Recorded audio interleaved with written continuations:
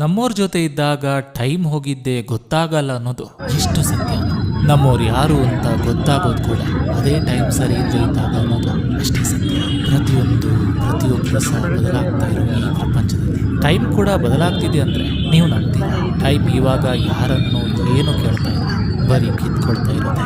ಮನೆ ಹೊರಗಡೆಯಿಂದ ಎಷ್ಟೇ ಸುಂದರವಾಗಿ ಕಾಣಿಸಿದ್ರು ಅದು ನಿಜವಾಗಲೂ ಮನೆ ಅನಿಸೋದು ಯಾವಾಗ ಗೊತ್ತಾ? ಯಾರಾದ್ರೂ ನೀವು ಮನೆಗೆ ಬರೋದನ್ನ ಕಾಯ್ತಾ ಇದ್ದಾರೆ ಅಂದ್ರೆ ಅದು ಮನೆ.